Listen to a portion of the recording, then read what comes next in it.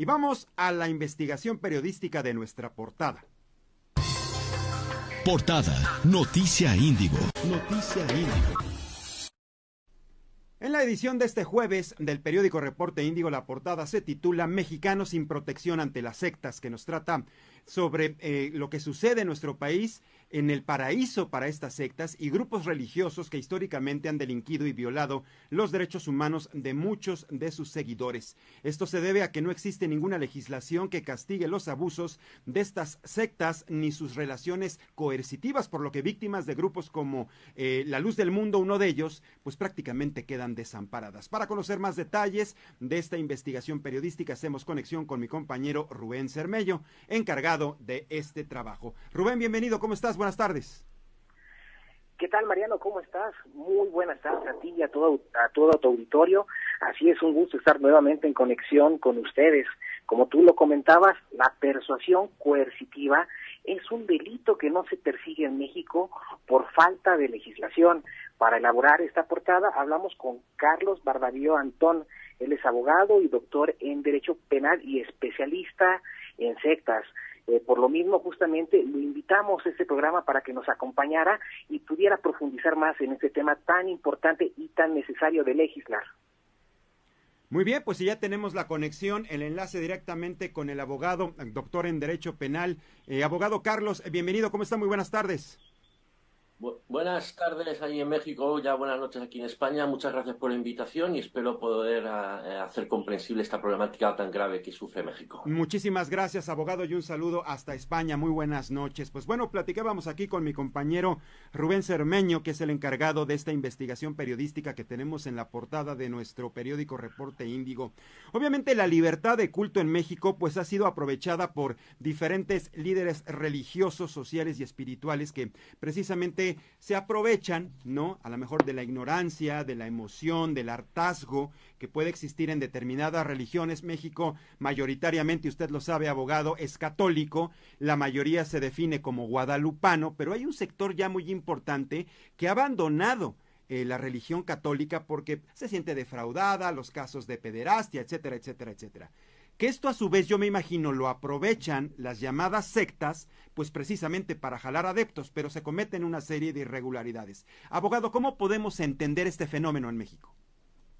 Sí, pues es una magnífica pregunta. La verdad es que la propuesta que yo hago en el libro, que es un resumen en parte de mi tesis doctoral publicada en 2018, es una defensa ante, como bien has dicho, una defensa contra los excesos o los abusos por parte de líderes religiosos o no religiosos. Es decir, la persuasión coercitiva es una dinámica o una fenomenología criminal que trata de dominar a las personas, incapacitarlas en su libre voluntad y hacer, en definitiva, que los ciudadanos no tengan capacidad crítica. Y esto puede pasar tanto en sectas religiosas como en cualquier tipo de grupo humano. Puede pasar en partidos políticos, puede pasar también en relaciones de pareja o puede pasar, por ejemplo, también en centros pseudoterapéuticos en donde al final el dominio de la voluntad hace que se compren, por ejemplo, productos como el agua con limón para sanar el cáncer. Sí, exactamente, porque muchos de ellos ofrecen como recetas milagrosas la manera de poder curar determinadas enfermedades. ¿Qué tanto ha avanzado esto, lo que cuenta usted y lo que usted manifiesta en este libro, doctor? ¿Qué tanto ha avanzado este problema y que no haya precisamente un control como tal? Se pueden presentar las denuncias, sí, una persona que se vea afectada puede presentar una denuncia aquí en nuestro país ante una fiscalía, pero ¿qué tanto avanza este problema y se toma en cuenta este tipo de quejas y denuncias? Sí, efectivamente. En México únicamente existe un artículo en el Código Penal Federal que previene y criminaliza los abusos ante cierta ignorancia de los ciudadanos en casos de tratar de vender productos mágicos, ¿no? Es decir, aprovecharse de esa ignorancia. Sin embargo, si una persona no es ignorante, una persona cualificada, como por ejemplo dice la psicología más autorizada de Estados Unidos y de Europa, que viene a decir que los ciudadanos, cualquier tipo de ciudadano, inclusive con un gran estatus social, económico o profesional e incluso universitario, puede caer en este tipo de grupos o de relaciones coercitivas. Es decir, en definitiva, estamos ante una problemática que el Código Penal Federal y, en definitiva, ningún código de los Estados miembros de la República Mexicana protege. ¿Por qué? Porque es una problemática que es más bien novedosa dentro de la ciencia de la psicología y no es una cuestión, como decía algún alto representante en el artículo periodístico que habéis publicado, de que efectivamente está sancionado el abuso sexual o la trata de personas en México, pero la problemática de la que estamos tratando ahora mismo, la persuasión coercitiva, es previa al abuso sexual, es previa a la trata de personas. Es decir, son esas situaciones en donde se incapacita la libre voluntad de las personas y a través de esa incapacitación se consigue luego, por ejemplo, tener a las personas en servidumbre, venderles luego agua con limón o, por ejemplo, también realizar, por ejemplo, actos sexuales o, mejor dicho, agresiones sexuales. Así es. Doctor, los legisladores federales obviamente coinciden con que la legislación vigente en nuestro país pues es suficiente para castigar a estos líderes que abusan de su poder. Sin embargo, el Poder Judicial, por ejemplo, debe fortalecer precisamente a las autoridades que estén atentas, pero sobre todo que se llame a una regulación a fondo. ¿Cómo es posible en un país como México, con este tipo de leyes, regular a fondo este tipo de actividades?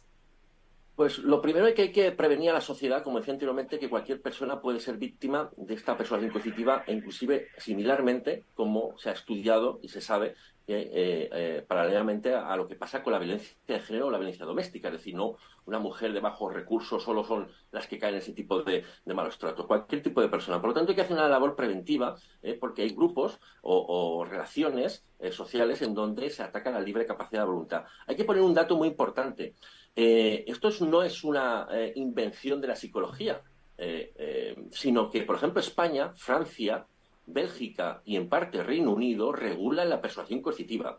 En España hay un artículo que dice que no se criminalizan las asociaciones que utilicen la violencia, el control o la alteración de la personalidad, aunque sea para fines lícitos, es decir, aunque sea para hacer felices o para sanar a sus miembros. En Francia hay un artículo que se llama de manipulación psicológica que también sanciona este tipo de persuasión coercitiva e inclusive desde el año 2001 hay más de 80 condenas. En Bélgica también y en Reino Unido, llamativamente dentro de la ley de violencia de género, hay una figura, un apartado que habla del coercive control, es decir, el control coercitivo de tu pareja. Pero singularmente y llamativamente no existe una regulación en otros países, como por ejemplo en México o en otros países de Latinoamérica, en donde se proteja la libre capacidad de voluntad de las personas en sus quehaceres diarios, digamos, en su capacidad de actuar en general.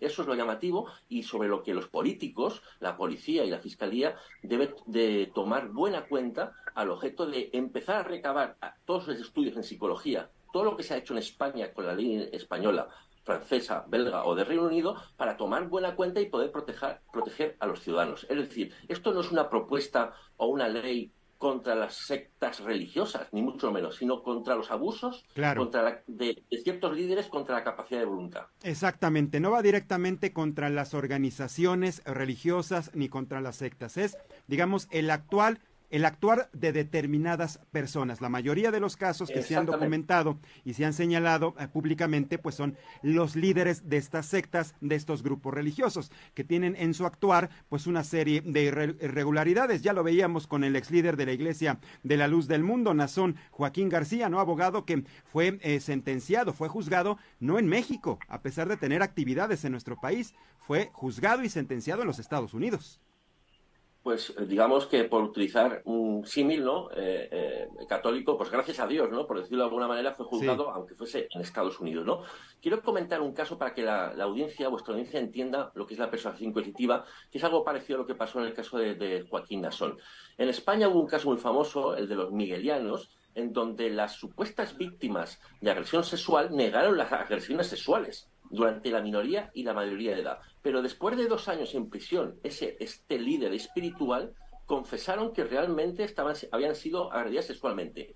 ¿Qué sucedió? Que después de 2 años de estar fuera de ese control y dominio de la voluntad por parte de este líder religioso, estas chicas denunciaron la agresión sexual. Por lo tanto, el caso de Joaquín Asón es un caso muy llamativo y que llama mucho la atención, y es sorprendente que en México no se haya investigado cuando tenía efectivamente todos estos lazos en común con vuestro país. Así es. Pues entonces se trata de regular a fondo. Ese es el mensaje que debemos entender con este trabajo periodístico en el cual usted hace participación al ser entrevistado, doctor. Le agradezco muchísimo, doctor en Derecho, su participación con nosotros. Muchísimas gracias por haber hecho conexión y muy buenas noches hasta España desde México.